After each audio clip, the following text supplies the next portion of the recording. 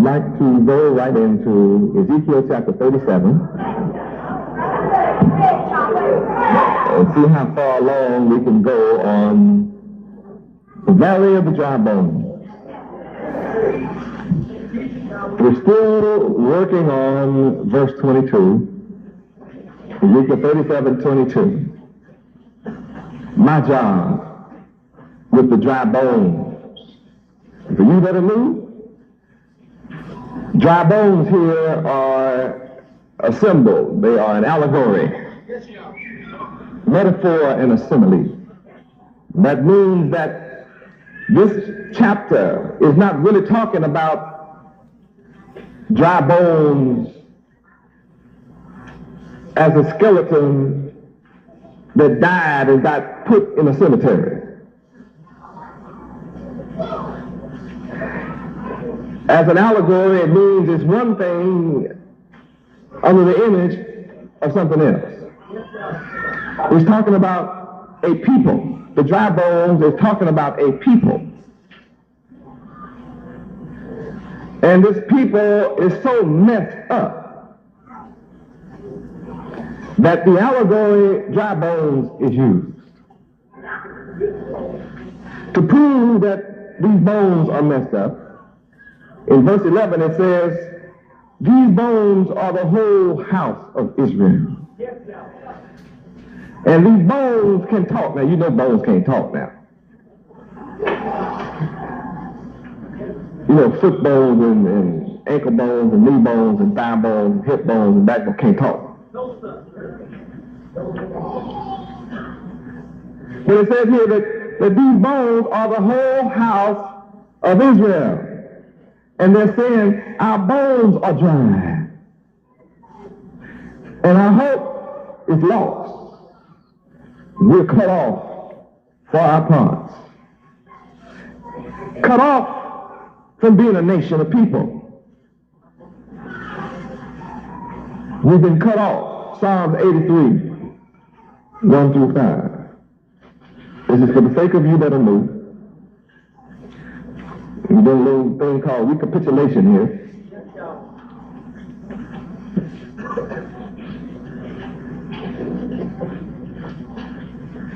Go over it again and consider it. Read it. Keep not thy silence, O Yahweh. Hold not thy peace, and be not still, O Yahweh. For lo, thine enemies make a tumult, and they that hate thee have lifted up the head. Now there's a bunch of people that hate you. Read on. They have taken crafty counsels against thy people. There's some people that not only hate us, but they pass their hate from father to son as if you learn a craft from your father. And it's all against you. Read on. And consulted against thy hidden ones. And they consult together and have meetings together in their clubs at night, in their garden clubs and country clubs, and around the golf course. They consult together in their churches, in their synagogues. They get together against you who have been hidden from the knowledge of your true history. Read on. They have said, come, and let us cut them off from being a nation. See, that's what they were saying over in Ezekiel.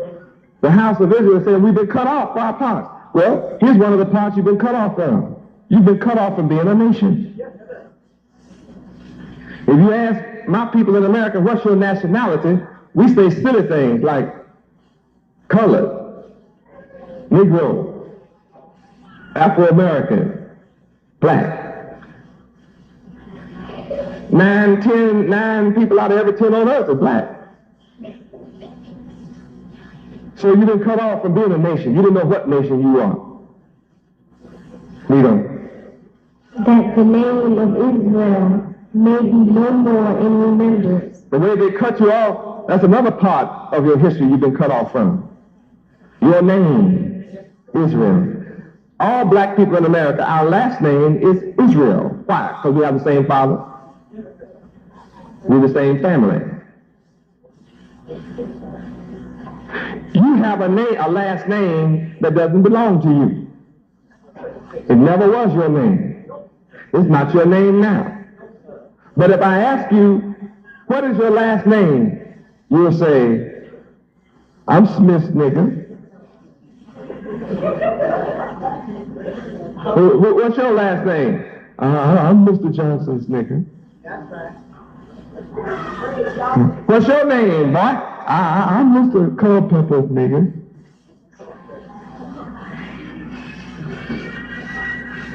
What's your name, boy? I'm Mr. Brown's nigga, boy. Well, how do you get that name, Brown, boy? I got it from my slave master, boss. You know, the man that owned my granddaddy. That's how I got my name. It come from the white man on the plantation. Well, what was your name before you were brought to the plantation, nigga? I don't know, boss. Nobody told me. I don't have no idea what my people's name was before the white man got hold of us. Well, everybody else on the earth have their same name, boy. Why don't you have your name? Well, boss, I guess I've been cut off. I guess the people that hate us got together and consulted against us and hid our name from us. And we just don't know what. They say we're from Africa somewhere, but I don't know where in Africa. I ain't lost nothing in Africa, boss. I'm American now. I'm from America. Nigga, you don't own America. White folk own America. Yes, sir, boss. Yes, sir. You right, boss.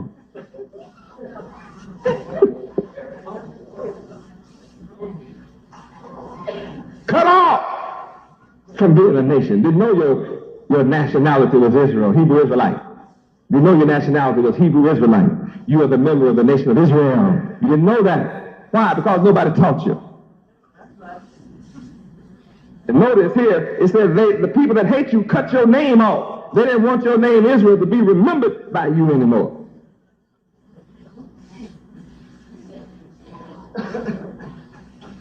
And then they hid you under their name. You their property. Long as you have a white man's name, you are the property of the white man.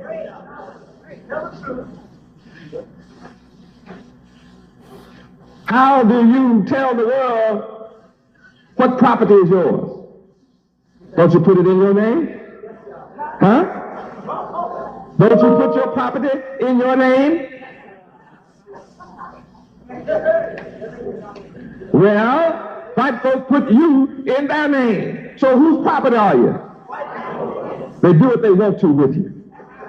They can come right now tonight, on your way home from here tonight. Open up that door, boy. Kick it down. Come in and just take you to jail. Huh? What?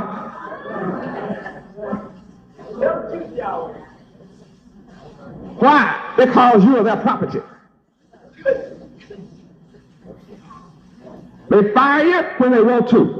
You don't own America. They tax you. They tax you like they want to tax you. Whatever they want to make the tax, that's the way it is. You pay it or lose what you got. And they take your tax, spend it on themselves. Huh? They take your money when you work. They take your money off the top. They take what they want from you off the top. You don't have to agree. They take it. You don't have no say-so over what white folk do with your money. You thought it was your money. They show you every week it's not your money. Truth hurts, doesn't it? Live this life and come into the knowledge of the truth, and it really shakes you up. But this is just the truth. You don't own nothing in America. I do too. I own my car. I paid for it. It's my car. You're lying.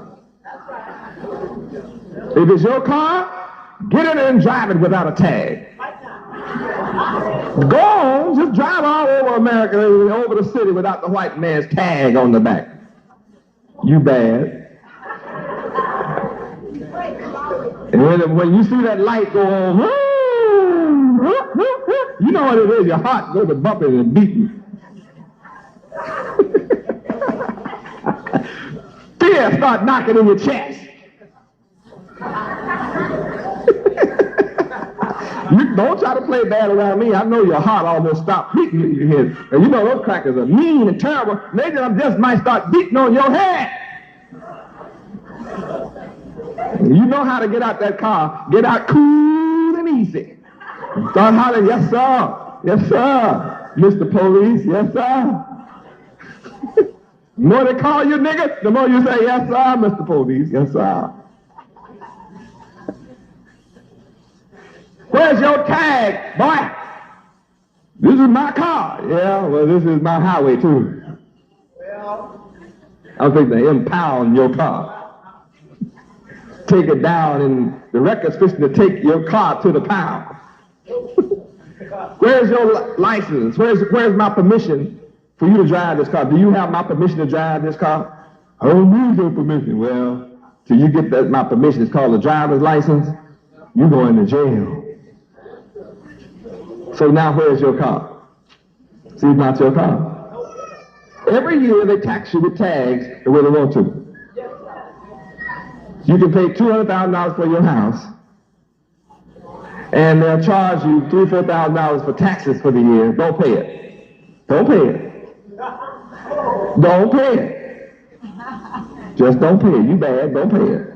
I paid for my house, $200,000 cash. You better have some extra money at the end of the year to pay those taxes. They're going to charge you for living there. If you don't have it, they'll take it. The sheriff is coming out. The sheriff and the marshals are coming out. Put a tag on your house. Sell it on the courthouse steps. Another cracker can come get your house for your taxes. You don't own nothing in America. You don't even own yourself. Praise Yahweh for the truth. But see, this knowledge has been taken from you.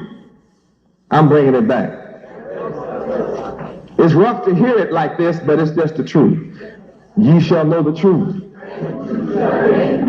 Only way you're going to be free is know the truth. Now back to Ezekiel 37:22. Now I have a job after teaching you how you've been cut off for your parts. Why were we in captivity here in America? The book says for Isaiah 5:13. Let's go to Isaiah 5:13 and find out why we were brought here in slavery. Nobody ever told you this. Isaiah 5:13. The Bible contains our true history, the world's best kept secret. This is where we get a true education. Read. Therefore my people are going into captivity. Why? Because they have no knowledge. Because you have no knowledge. Hosea 4:6.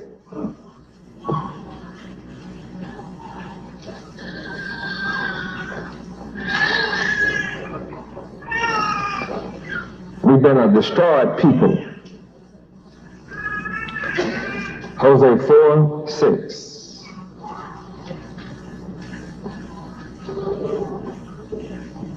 Read. My people are destroyed for lack of knowledge. Because thou hast rejected knowledge, I will also reject thee, that thou shalt be no priest to me. Seeing thou hast forgotten the law of thy God Yahweh, I will also forget thy children. See, we have been a forgotten people in this country. We are a destroyed people in this country. Why? Because we had no knowledge of our Father Yahweh, and we forgot His law. So we run around and try to keep the law of the white man. Now, back to Ezekiel 37:22.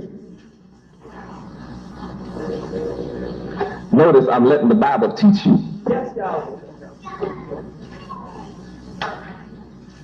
All I ever speak to you is from this book.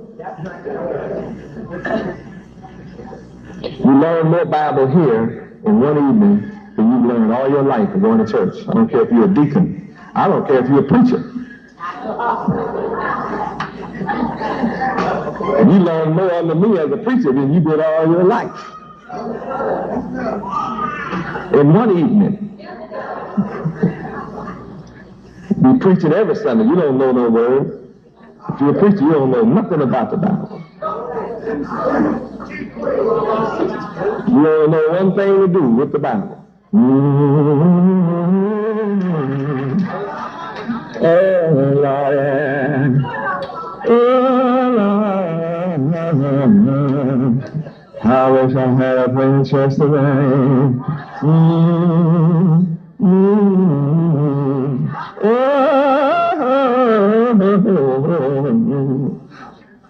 That's it. Sisters get happy. Everybody starts sweating and shouting and jumping all over. Came to church ignorant, left ignorant. Oh, no. You know you didn't learn anything there.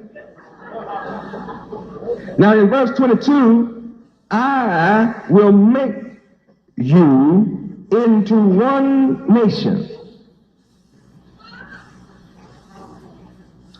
My job is to take you, a destroyed people, and perform the miracle of making you into one nation. I have the job of coming to you, a people who have been programmed, brainwashed into loving your enemy while hating yourself. And take you, a people who can't get along, two of you can't get along together, sleeping in the bed with each other. Husband and wife hate each other. Y'all share a little feeling together and then fuss and raise hell all day.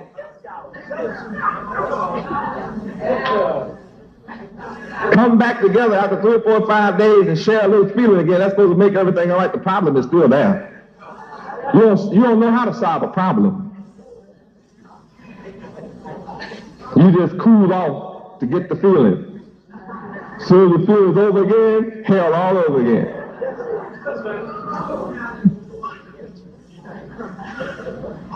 But I have a job here in verse 22 to make you into one nation of people.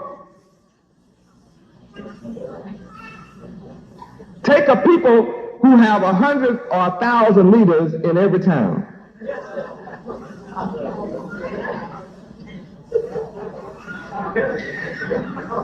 You have more leaders than Reagan has jelly beans, or whoever that is has jelly beans.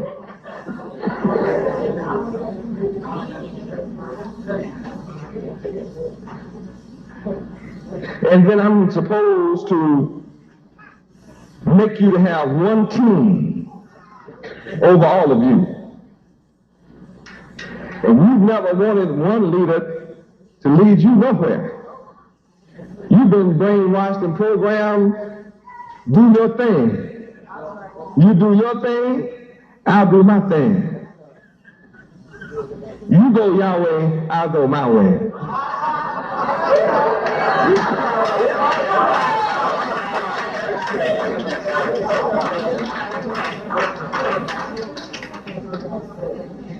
Nothing has been able to get all of you together to do nothing. In your history of being in America, no so-called leader has ever been able to call you together as one to do nothing. Yet I am supposed to be able to come here from among you and make one nation out of you. What has been impossible with everybody else, I'm supposed to get it done. You are not going to be two nations anymore. Neither shall you be divided into two kingdoms anymore at all. I'm going to heal, wipe out your divisiveness. How am I to get this done? First, you have to learn the fear of Yahweh. Till you learn the fear of Yahweh, you can't do well.